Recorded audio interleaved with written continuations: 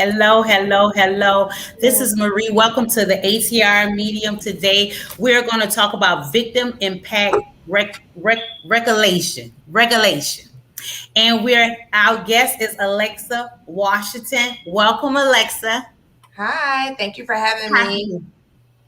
Oh, you're welcome. You're welcome. I would like to, excuse me, I would like to introduce to a lot of you Julius Campbell, which I call Miko.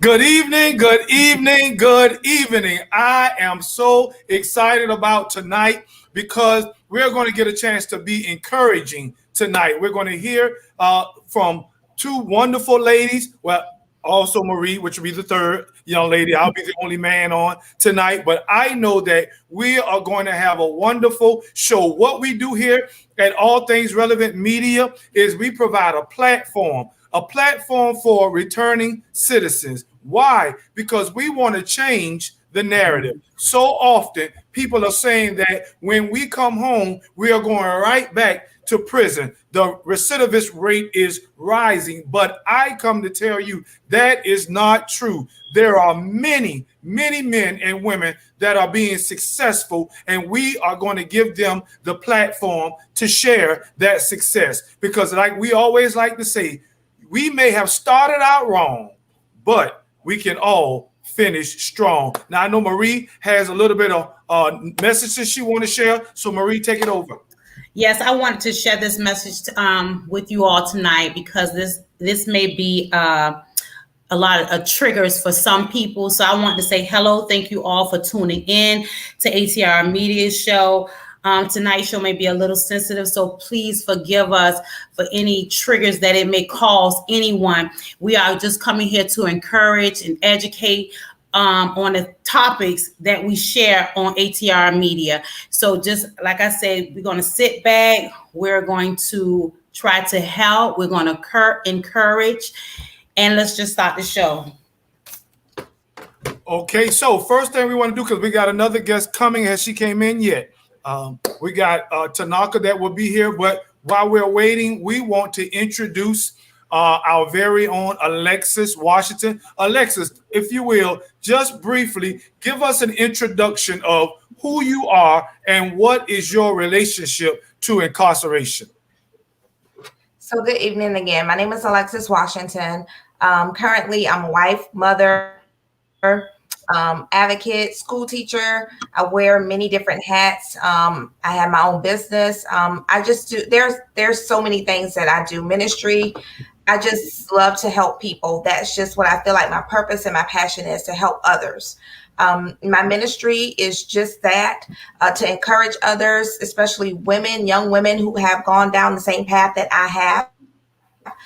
Just to provide that support for the children that I'm in contact with every day, to just help stabilize them, give them words of encouragement, build them up, all sorts of things. There's just so many areas that I have been involved in the community. And I just love to help people. That's my passion.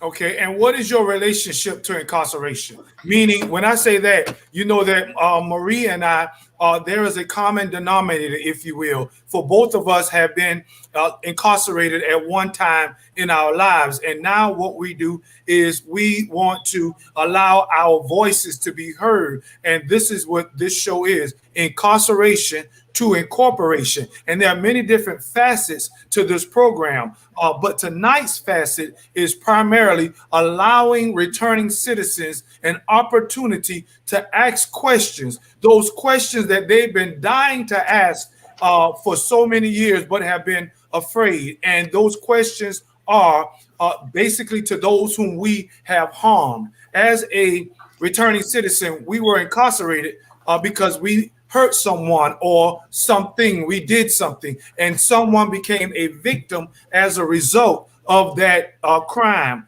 consequences that we made. Well, we want to hear from your voice. We want to hear how you will allow us to hear from you what you've been thinking and how you felt and how you were able to mature and be healed. And so we want to hear from you tonight. And those of you that are listening, we have those that are out on Facebook and YouTube. We also have those that are listening on Jessup radio station. So you have an array of audiences, returning citizens and the community. So tell us a little bit about how you relate to incarceration. If you don't feel comfortable telling us the specifics, you can just basically be surface about it. I think her Most of my You went out, Alexis. Make sure you. Can you hear me? Yes, I can hear you. Okay, your mic was going out. Go ahead. Are you able to hear me? Yes. Are you able to hear me? Okay. I'm sorry about that. So just like with most of our listeners, they have had some sort of interaction with incarceration in one way or another. I'm no different. I have had different facets of with my relationship with incarceration. So my deceased husband, he was incarcerated for a couple of years, and I supported him in that arena. And when I say support, you know how that is when you have a loved one that's incarcerated. Someone has to be on the outside taking care of the business and just providing that support. So that's one relationship that I have with incarceration. Next, that same husband, he's deceased now. He was killed back in 2003, and the two offenders, there were two guys, the two offenders, they were incarcerated, and I was reintroduced to that arena. So that would be another connection that I have with incarceration, because at the beginning of that incident, that situation, I was connected with victim witness assistance and services that they provide. And so that was one way that I was connected with incarceration. And then the third way that I was connected with incarceration is that I started an organization a couple of years ago where I was providing a home for returning citizens. And I had a contract with one of the prisons, the local prisons here, where they would identify persons or offenders who were getting ready to be released, and they needed a place to go. And so they would contact me. We would meet to discuss if they would be a good fit for the home. It was called Rejoice House. And so we would see if they would be a good fit for that home. And that was another way in which I was connected to the incarceration arena. Okay, great. Thank you. And we definitely want to come back because if you've heard her clear, not only that has she experienced the victimization of returning citizens, but that did not hinder her from reaching out and starting an organization that will help returning citizens. So we are going to entertain that a little more. But I see now we have Ms. Tanaka on. So Ms. Tanaka, would you tell us briefly who you are and what is your relationship to incarceration? Hi, everyone. My name is Tanaka. Um, my organization assists parents with kids of murder and the surviving siblings. Um, I'm kind of like more in the middle. So the reason why I say I'm more like in the middle is because I had a godson that was incarcerated, wrongly convicted. But while we was in the mix of trying to get him free, he died in prison for from neglect of receiving medical assistance. Um, that's why I'm a part of the return citizen part. So I have to say I see it from both angles. As being a surviving mom of a murder victim, which is why I started my nonprofit, and it was a dialogue that Julius and I had, and one of the individuals that was at a meeting brought up that they should have the right to have the um, the right to reach out to the families to have more like a victim impact almost statement. And my agreement, well, I disagree with it, put it like that, because I had to explain that it's a process. It's a process, and you cannot rob the family of that process just because that individual who has put that family in that bad situation is not ready for it, but you're ready. So if you really sincere and regretful of what you did, then you have to allow that process to happen, and you all end up meeting in the middle. May I ask a question to Alexa and to Tanaka? Yes. How do you go on after your son and your husband have been taken away from you? You want to go first, Alexis? I'll let you go first. Well, it's been a process. Um, it's been actually 11 years. Okay. So it took me a very long time to really still accept it is the word. Mm-hmm. And the reason I can say it took a long time to accept it because not only was I going through the process, but I had to move the way that my other son had to move. So it's a joint process. Right. And it took me actually to relocate from my family really to even start learning how to take more care of me. Right. So I was telling some other individuals, and when I say that is I just came to grips that I just finally laid his headstone just this year. Mm-hmm. So I'm now finally starting to go through my grieving steps because I had to remove myself from all the ones who did love him Right. space to find my own space because I was lost into theirs.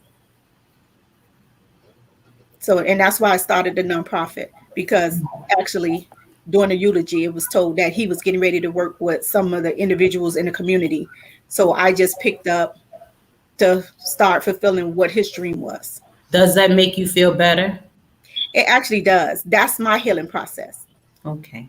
My healing process is to know that I can help someone else and not just sit and grieve about mine Mm-hmm. and walk through them with that process. Okay. Thank you for asking. Oh, you're welcome, Alexa.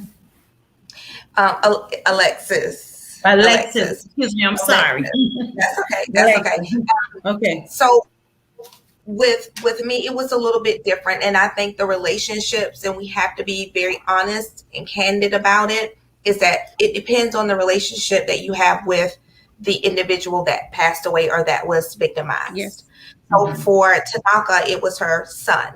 So her feelings are going to be a little bit different than mine. Mine was my husband. Mm-hmm.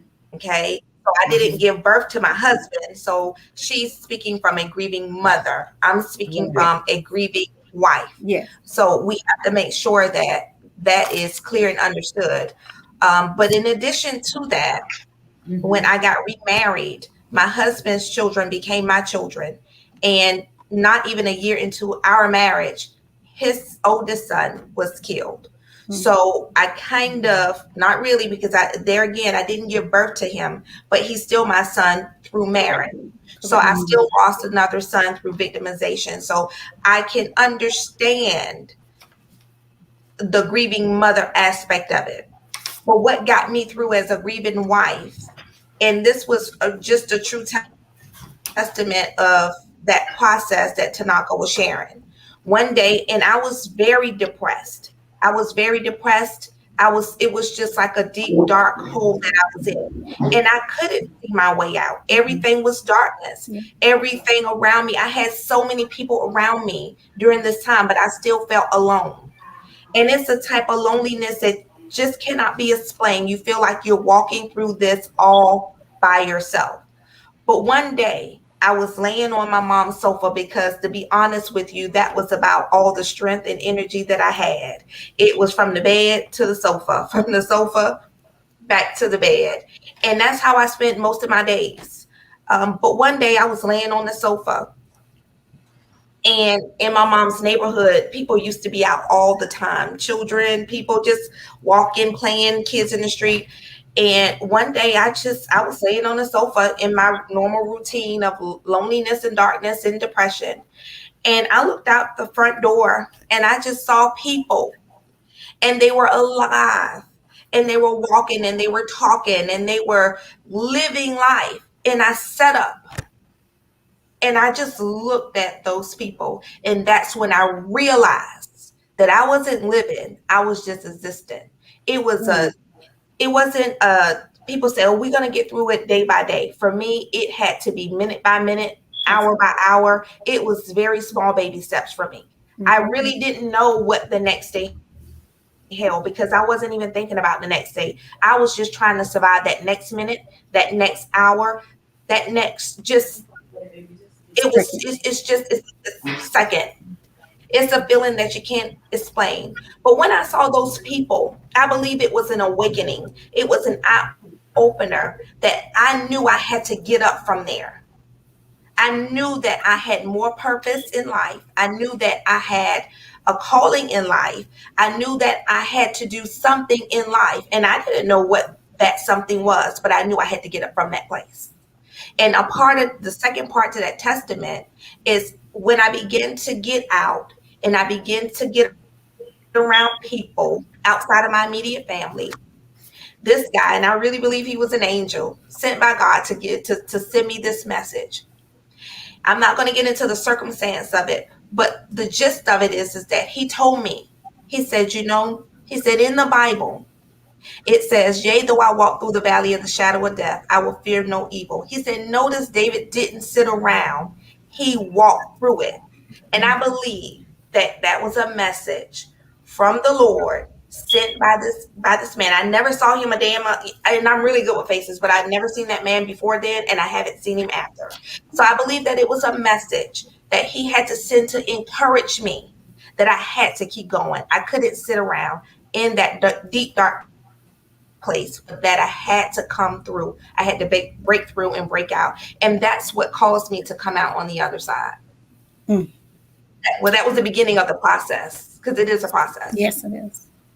Awesome. I wanted to add here, because I'm listening, and what we want is definitely for the first part of this program is to hear your voice, because so often returning citizens don't get a chance to hear your voice. And the reason why, and I just want to share this, is because we have been told when it's in the prison system never to contact victims. That's what we were told to do, even also made fearful in doing so. Now, whether the courts thought that was a wise thing to do or not, I don't know. I can't speak to that. But I do know that there were many men and women that I've talked to that wanted to at least say something so that the victims didn't think that they did not care.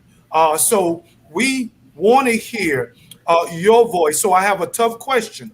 my question is, and either you can, I guess, Tanaka, you can go first, and then you go, Alexis. But did you want to hear from the victim in your case, whether it was at the beginning of the situation or in the process? I wanted to know at the beginning because at my victim impact statement, I mentioned to the young guy, his mom didn't show, but his dad did. And my question was to the guy is, why would you do what you did when you just celebrated your 22nd birthday? I mean, I'm sorry, 22nd birthday that January, but you robbed my son of celebrating his 21st birthday when we was getting ready to celebrate his 21st birthday. You robbed him 5 days before he turned 21. So I asked that question. He gave me no response. So to me, later on, I wouldn't even accept what he had to say because to me, if you're sincere about your apology, at that point in time was the door opening for you to at least apologize. And then as time went by, maybe further on saying something more. But you didn't even have the audacity to even apologize at that moment. You just stared. Okay. So, Alexa, before you go, let me explain what victim impact statement, because Tanaka used it and we want our audience to know what that term means. So let me read here. A victim impact statement. A victim impact statement is a written or oral statement made as a part of the judicial legal process, which allows crime victims the opportunity to speak during the sentence or subsequently during the parole hearing. And so that is at the point of the courtroom situation, the victim can speak then or after the person has gotten their time and they're coming up for parole, they have an opportunity to write in verbal or written statement. So that's why I want the people to understand what that means. So can I just ask that you change a little of the wording? It should say surviving because the victim may not be there, but their family are there. So they are considered as survivors, not victims. Thank you. Thank you. So that's a better term we should use for Yes. today, survivors? Okay. Yes. Thank you. Because I am a survivor because I'm still here being his voice. And my other son is still here being his voice. All right. Thank you, ma'am. And now I know this is an area that we may have been ignorant. So the proper term is not victim, but survivor. Yes. Okay. All right. Lexus? And we can't even say and or victim or surviving because some people do survive their incidents and they're able to speak or advocate for, be an advocate for themselves. So I think it's fair we can say and or, but in this instance, I agree with the surviving component. And so the question, are we dealing specifically with the victim impact statement? Well, no, we're dealing with just the simple question is, did you want to hear from the returning citizen, the person that harmed you or your loved one at that time or any time throughout the course of this time? Okay, I think I heard Tanaka say that she initially wanted to hear from them. So my situation was the total opposite with my husband. So I'm going to deal with it two-part. I'm going to deal from my husband aspect, my deceased husband aspect, and then my stepson. Okay, so as a widow, it was the total opposite for me, Tanaka. I didn't want to hear anything. There was nothing that they could have said to me to soothe my soul, to give me comfort, peace about what was done. I didn't want to hear anything from them. As a matter of fact, I didn't attend the sentencing. It wasn't intentional. It wasn't that I intentionally, said I'm not going to go because I'm not going to give a statement.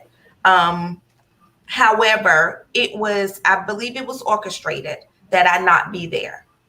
Okay. So there was nothing that they could have said to me at that place in time in my life that was going to bring healing for me. Mine was a process. It came over a period of time. I believe I had to go through some necessary steps on my own. And what I mean by that, and I'm just being open and honest, at that particular time, I was not saved. I did not have a relationship with the Lord. But when I did get saved, there was a process that the Lord had to deal with me in my heart, with some things that didn't even have anything to do with my deceased husband. It was specifically with the matters of my heart. And as the Lord began to deal with me and begin to peel those layers back, then all of that unforgiveness, that hurt that was directly connected to that is what I had to deal with. And then it came down to the point where I had to deal with it. There was no escape from it. That I had to deal with it head on. And then it was at that point that I realized, you know what? I never even heard from them. I never even heard them speak about this at all. An apology, something, an explanation, something would be nice. So mine came later, as far as being, with my deceased husband. Now with my stepson, my husband, he's not good with words when it comes to things like that. So he asked me to write his victim impact statement. And I did. And when we got to the sentencing, he was going to read it. He had already, I just wrote what I felt would have been on his heart. I couldn't explain what was on his heart, but I wrote out of my heart. Okay. And I made it relevant to his fatherhood, to my stepson's daughter. He had an infant daughter. I made it relevant to all of those people, to his mom. And when we got to the sentencing and it came time for him to read the victim impact statement, he couldn't do it. And so he asked me to do it, and I was like, put on the spot. And I did. And I went up there and I read it off the paper, just like this. I never looked or engaged the audience as I read. But when I finished and I looked up, there was not a dry eye in the courtroom. And so as far as the impact statement goes, I believe it is a right that should be offered to the surviving family, or if that victim survived, to explain how that crime has made that impact, because that impact is a significant, it can leave a significant major effect on the family. And I believe that that is a judicial right that families should have. Because I think that that is the first step to healing, is talking about it. You got to talk about it. You have to open up, and it's okay to let anybody that's willing to listen know how you feel. But we also have to be mindful that how I feel today may not be how I feel tomorrow, 10 months from now, 10 years from now, or 20 years from now, if the Lord spare our life. So what I'm saying is that in that process of time, there should be a change. So And let if me you let me still cla- feel let, the so same, let me clarify something, Alexis. Mhm. When I made the statement that I would have preferred the person to say something, at least apologize that moment, does not mean that I had forgave. Does not mean that I was not angry. I'm still in that space today. So I want to clarify that part, because of the, and no, I was somewhat into church and somewhat not. But it pushed me even further back from church because of the simple fact of how the clergies and everyone else that came biblically, that was approaching, because of the way they were saying, well, God don't make mistakes, you need to get over things like that. So it just enraged the anger. Right. So even though the guy was there, I still wanted to hear, at least make me believe, if that's what you really believe, was really meaning to do, that you were sorry. So that's what I mean when I say that. So no, I was not in a forgiving state, and neither was my family, because I had to see my other son go through what he's going through, and he's still going through it today. So yeah, sometimes it pushed me back to my anger, especially when it's time for his birthday, because you got to be mindful. He was murdered May 21st, his birthday May 26th. So my family go through a lot when it comes to that. It really took a toll on my mom. and everybody else. So it's a process, and I'm still going through that process. That's why I say a lot of the things I had to take the time to do myself. So I'm taking the steps, and the steps is to make sure that I'm walking those steps with other families. It's my healing process. So And go ahead. but So Tanaka, in walking in the steps with other families, right? mhm. And you heard the way you heard. So do you believe that people ought to have a second chance? I, 'Cause I I believe it depends on the circumstances. To me, I'm being honest with you of your right. question. Okay. So, um, and the reason why I'm saying that is because I don't have a second chance. I don't have any grandkids. Right. In the second chance, I mean, I don't get a second chance. Every time I want to spend my son's birthday, every time I want to feel like I want to talk to my son, I have to put a blanket down and I have to lay next to him and I talk to him and tell him because we were so close. Right. So, and it depends on the circumstances. That's just like if the person did harm to a child, no. A person did something to a senior citizen, no. Because you're not giving people that opportunity or choice. You're robbing them of that choice. When you have a choice yourself, whether to pull that trigger, run into somebody in a car accident, you still have those choices that you rob not only that victim, but that family. So it depends. And again, it depends because some people do it when they're on drugs and not knowing. Right. So it's all different kind of factors that play a part of it.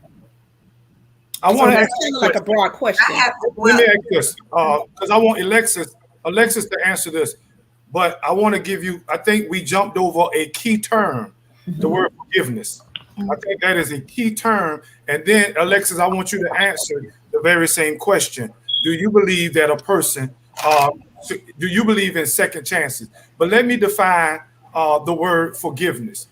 And I thought this was important because I saw three definitions. Now, Tanaka told us about different factors as it relates to her belief in second chances. So I saw different definitions as it relates to the word forgiveness. The first definition I saw was to cancel a debt. To cancel a debt. The second definition that I saw, which I believe is not as in depth as the third, the second definition was to stop feeling angry or resentful towards someone for an offense, a flaw, or a mistake. To stop feeling anger or resentment to someone against what they've done. And the third one, which I believe was the best definition of all, was it says forgiveness in a psychological sense is the intentional and voluntary process by which one who may be initially feeling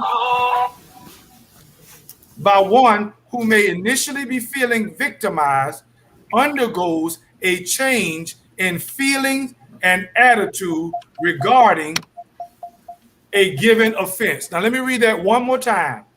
It is an intentional, voluntary process which one who may be feeling initially victimized, they undergo a change in feelings and attitude regarding a given offense and overcome negative emotions such as vengeance. So, with that being stated, you go, Alexis. Do you believe in second chances, and do you believe in forgiveness in one of those realms? let me piggyback off of forgiveness now. Okay. Let me hit that real quick. The Greek translation just simply means to let go. Mm. Simple. Greek translation means to let go. It's hard, but you can do it. You can let it go. I had to do it. Do I believe in second chances? Do I believe that offenders should get a second chance? I'm going to say it like this. who you see now and who I have introduced myself to you as now, I wasn't always this person. And if God did not give me not a second chance, but several chances, I would not be here today. Okay? Because I myself have offended others. Right. I myself have been the offender. I may not have pulled the trigger and taken someone's life, but I can tell you with just such transparency and sincerity of heart that I know I have hurt other people to the point where I have torn them down. Okay? I know I have caused pain. And I know that when God changed me, I wanted those same people that I hurt to forgive me. Does that make sense? So Yeah. it would be hypocritical for me to say, a person that's standing here and say, you know what, I know I needed another chance. I know not a second chance. I needed some chances, time after time. Okay. And so it would be hypocritical for me to say that. So wait a You know, minute, wait a minute. Let's stop this. Let's stop here, Alexis. I want to ask a question. With your new husband, because it was his child, not your child. Has he forgiven? My husband doesn't talk about it, and it's a very sensitive. Where he is and where I am, it's two totally different. Correct. And I don't think it would be safe for you or fair. Let me say that I don't think it would be fair for me to speak on where he is and what he's gone through. No. Because I was just asking to see the difference is, like you stated, you didn't carry him. He helped. I was speaking about my husband. No, not right. No, I was just asking a different question. When you were saying how you're in the forgiving part. Mm-hmm. So I was asking you, did your husband learn how to forgive? Only reason I asked that question is because he helped make that child. You're speaking about your because you're a widow. I'm sorry, but I was speaking as far as with you being a stepmom. Right, but I clarified, and that's why I wanted to clarify that at the very, very beginning, because I know that the relationships are going to carry a different pain. Okay. You know, and we have to be honest about that. And I want to say that very early on, and that's with sympathy with your situation. However, if it was my mother, my father, my brother, my own child, it's still the same thing. Because we cannot, I'm not talking about the pain. I didn't say the pain. When I said the same thing, it's still the same. I'm not going to retract what I said. I know that if I need forgiveness, I cannot put myself on a pedestal and say, you know what? I need forgiveness. I know I need God to forgive me. Okay, we can just even make it simple.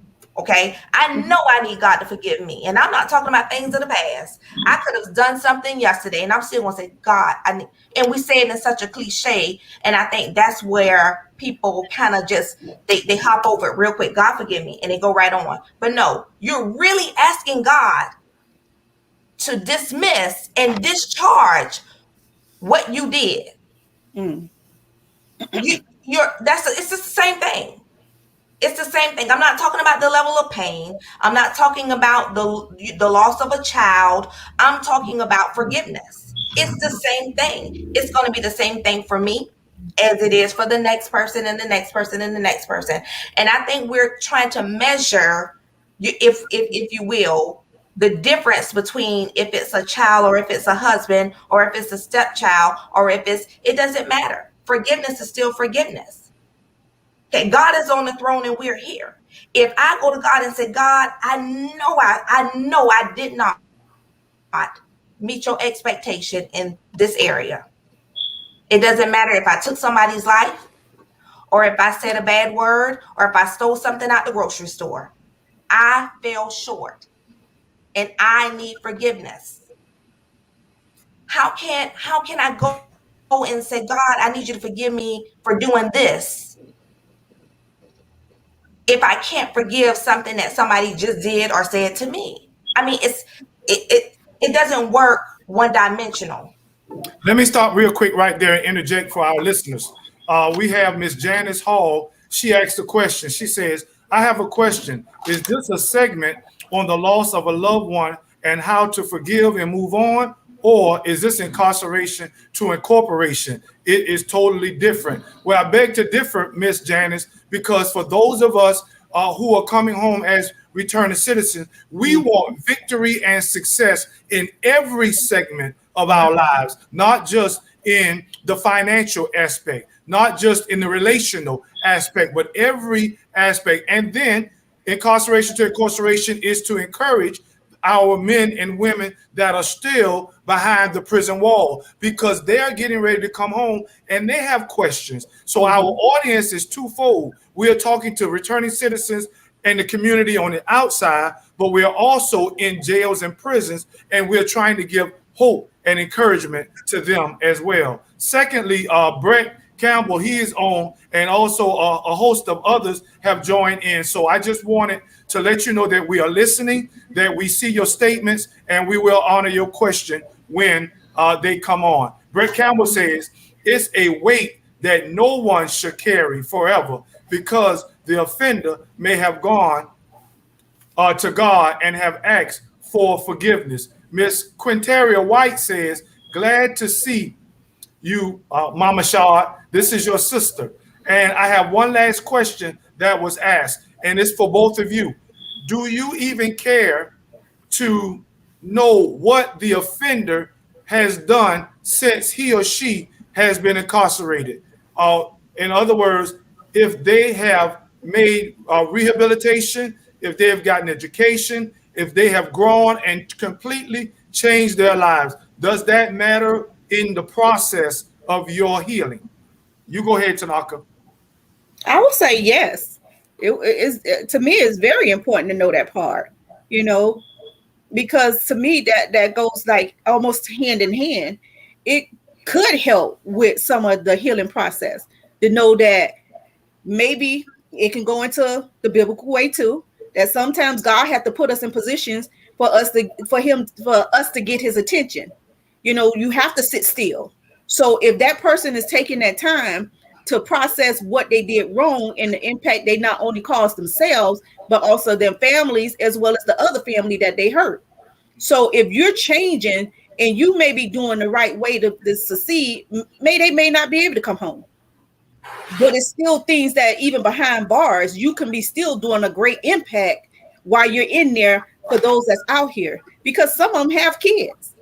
So that's even a part of the role that I even want to be playing a very important role too when it comes to those that's still incarcerated, because I realize you do have a lot of men and women that's incarcerated that left kids out here that's trying to figure out and find their way because their parents are incarcerated or the kid may have been a victim then. So you still have them now playing the role of the surviving parent. So they still got to go through their different grief. So it's different hand in hand. That's why I say I'm in the middle when it comes to a lot of different things. And for the person that asks that question, is this about grief or is this about incarceration? It's about both, because it's about trying to figure out how to meet in the middle and not be so divided. So that's the importance of this here podcast of what I'm getting. And I want to thank Julius and Marie for even having me to be a part of this, because a lot of the people are afraid to ask these questions that he's now putting on the platform for others to know how to even go about it. Maybe the ones that they have family members incarcerated. At least they could prepare their family members to guide them and say, hey, this is what you need to do. If you want forgiveness and you want that family to know before you go pass on, you need to let that family know.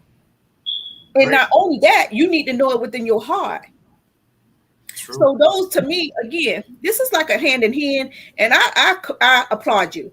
And I thank you, because a lot of the times, moms like me, we don't get those these platforms because it's not a high profile as they consider it as. Okay. Tanaka. So I thank you. Tanaka, you know what? Yes. I like what you say, that you're in the middle.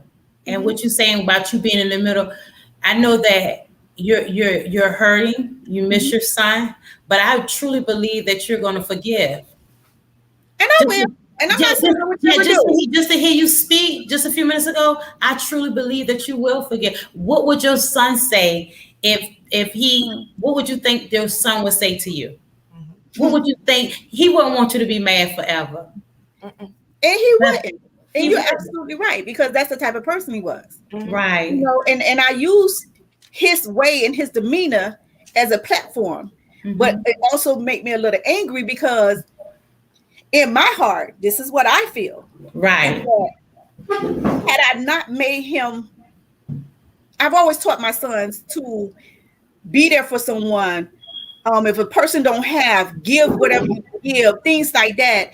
And his thing will be, this person, you can't be mad all the time. You got to move on. You got to forgive. My youngest son still said now, Right. but it pushes back because every time again that may come and I see my son,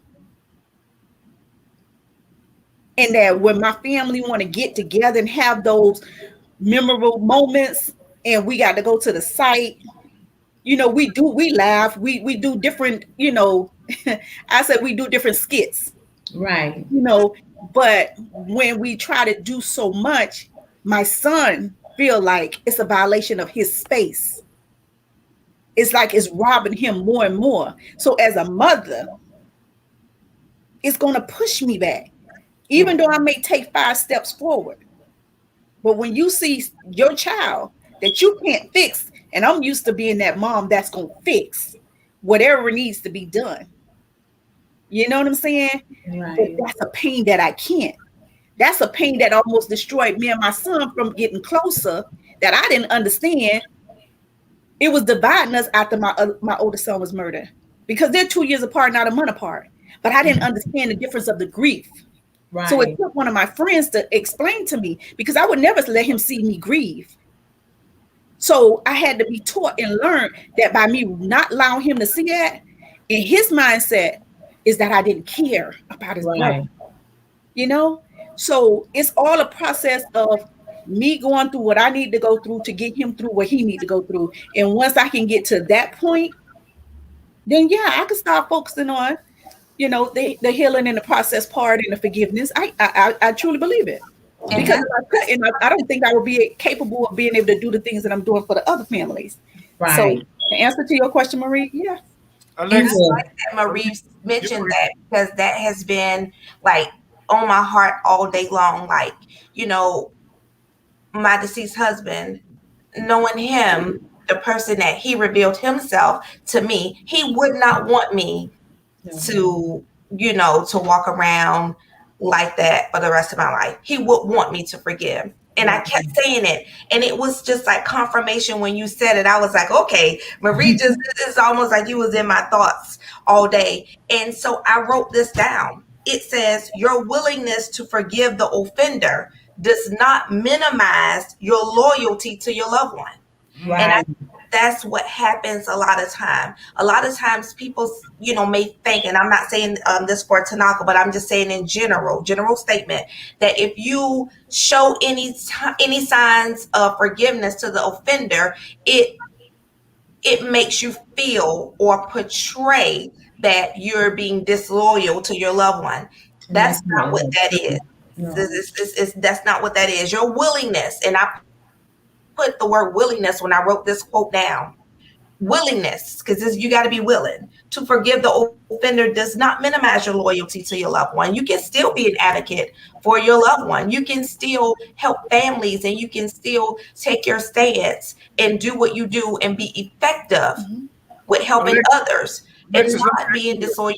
Let me ask you this, because I love that statement. So what I want you to do is repeat that quote before you answer the next question. And Tanaka, you'll answer it after she finishes. The question is, how long is long enough for a person who's an offender that, let's just say they did 20, 30, 40 years in prison? How long is long enough for an offender? Now, and I want you to tell me that story, or tell the audience You remember when you told me that story that your son said as it relates to, I believe it was one of the letters, when he said that one of the letters came in for the victim's impact statement, and you remember what your son said? I do. Okay, so quote that statement again, and then answer, and then tell that story, and then answer the question: how long is long enough? So the quote is, your willingness to forgive the offender does not minimize your loyalty to your loved one. Your willingness to forgive the offender does not minimize your loyalty to your loved one. As far as that question goes, how long is long enough? I'm going to be honest with you. Okay. Now, where I was when it first happened almost 18 years ago, I am not there now. Okay. So where I am now, I will say this. I cannot play judge, jury, and bailiff in somebody else's life. That is not, that's not what I'm here to do. Okay. I cannot determine what's long enough as far as rehabilitation. I won't even do it, but I will stand on this. And this is what gives me comfort.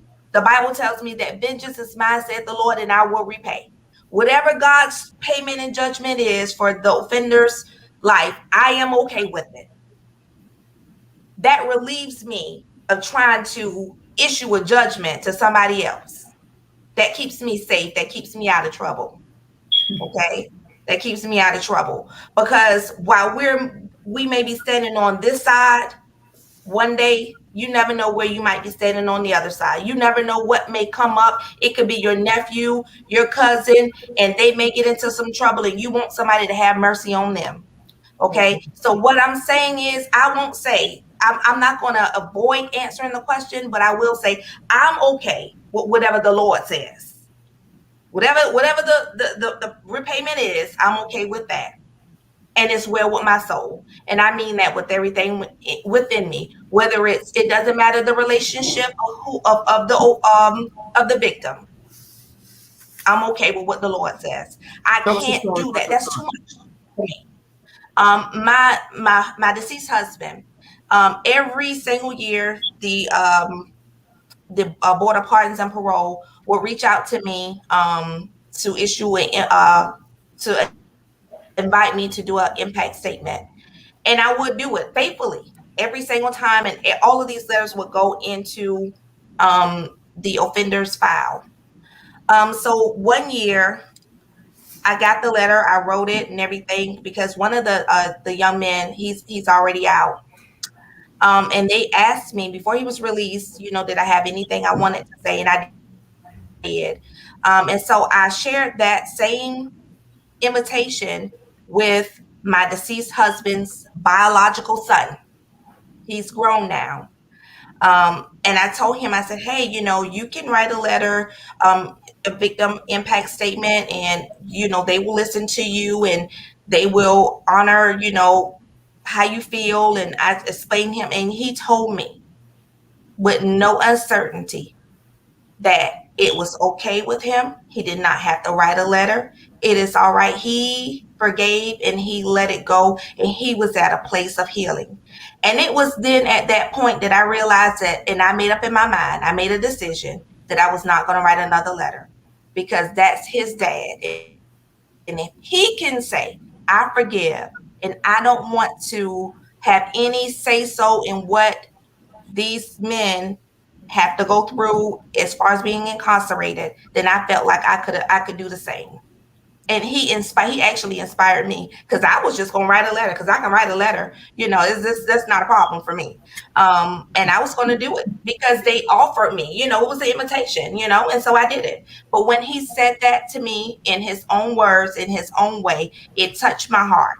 It touched my heart. And I said, if he can let it go, I certainly can let it go. And I decided that day that I was not going to try to have any influence or any impact on what happens to the young men, the two men, from that day forward.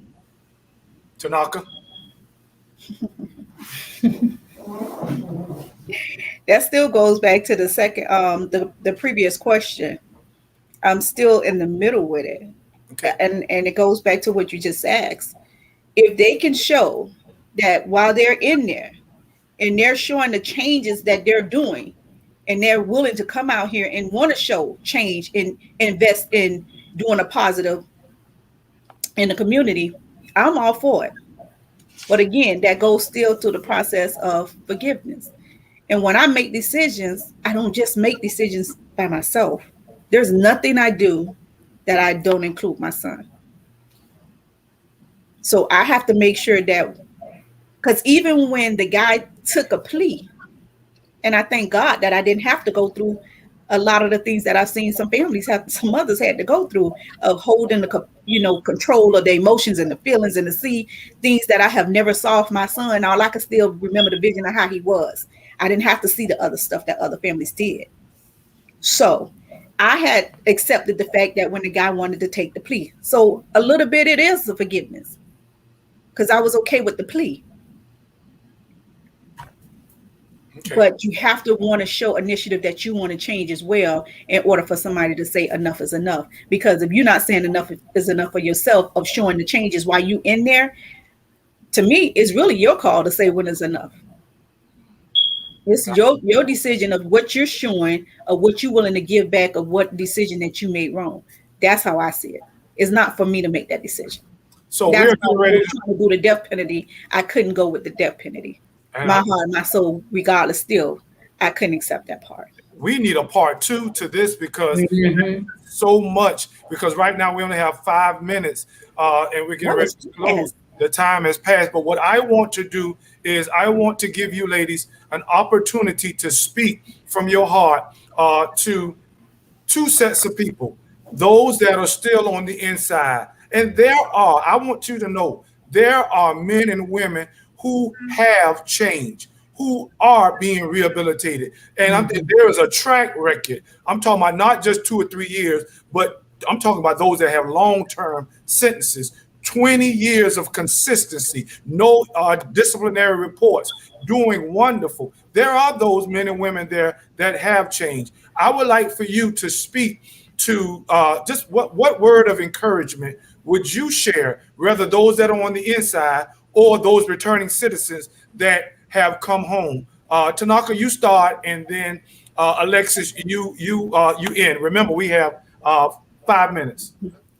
Well, I interact with a lot of returning citizens, and I'm all for whatever it needs that need to happen for them to stay on the right track while here. I'm all for it. As far as those individuals that's still inside, I'll say continue doing what they're doing to show the positive of that they're ready to come out here in society. And maybe someday, in some way, who knows, maybe after we finish this here podcast, we can probably sit down and network and figure out some plans of how we can now get the system to now focus on those that have spent the 20 plus years, that's showing that they are good, positive role models that's in the system, to show why and how that they should be coming home to society, that they can actually give some strong inputs, because our generation now has changed. And those strong points of those individuals who done did the 20 some plus years are the ones who, to me, can really reach our youth right now, because we're not the ones, even though you may have been a re-entry individual, the society has changed. So I think that will play a major role in the community right now today, because they need to know the severity of it, and not just somebody who hasn't experienced it. Because I can't tell them, hey, you shouldn't do that. I don't even try to tell them. One of the things, and that's why I get so close to the individuals that's out here, because I speak with them and not at them. Okay. Alexis? One thing that I would just say to encourage them is just to be that role model. Just walk it out day by day. Just stay the course, stay focused. If you are sincere about coming back out, returning into the community, doing the right thing, just make sure you surround yourself with positive people. Get you a support system that is going to undergird you, that is going to support you in a positive way, and just stay the course. You do not have to repeat these offenses. You don't have to go back, and just make sure to just hold your head up and just be strong, because you do not have to at the same time, you don't have to keep rehashing and reliving what you did in your past. Your past does not have to define your future. If you are sincere about, re-entering back into society and being a productive citizen, just stay the course. Surround yourself with positive people and just keep your head up. Amen. Marie, what you want to share? I thank you all for coming tonight, Tanaka and Alexis. I thank you all for coming on. Tonight has been really good for me because the forgiveness part, that's a thing for me also. I've been a victim. My kid's father got killed, so I know the feeling of that only as a mate, but not as my son. But forgiveness is still a powerful thing, and I know that Tanaka's going to do it. I know she is. I know she is. That love, that drive that you have for your son, he's pushing you, saying, Mom, guess what? Let it go. Marie, don't try to make me cry here. I know you're gonna do it. I know you're gonna do it. I see it when you talk, you're gonna do it. It's gonna be a cool thing. There's a young lady on, and again, her name is Janice. Janice was speaking to us, Miss Hall, and she says that she understands what you have been saying. She has went through the gambit of emotions. She lost her. She said she was incarcerated herself, but she went through a program and she got healing, and she lost her biological child, and her mom died of a broken heart, and she wanted revenge also, but she has grown and matured, and God, she said, the Spirit has came over me and helped me to be able to deal what I'm dealing with. God has made me strong. And she goes on to say that it is because of her faith that God showed her that light. So I just thank you, Janice, for watching. And for those returning citizens, one said that it's difficult for them to show that they are changing. Well, survivors or victims can contact chaplains, counselors, and just and inquire, how is this individual doing, so that you can know that these people are changing.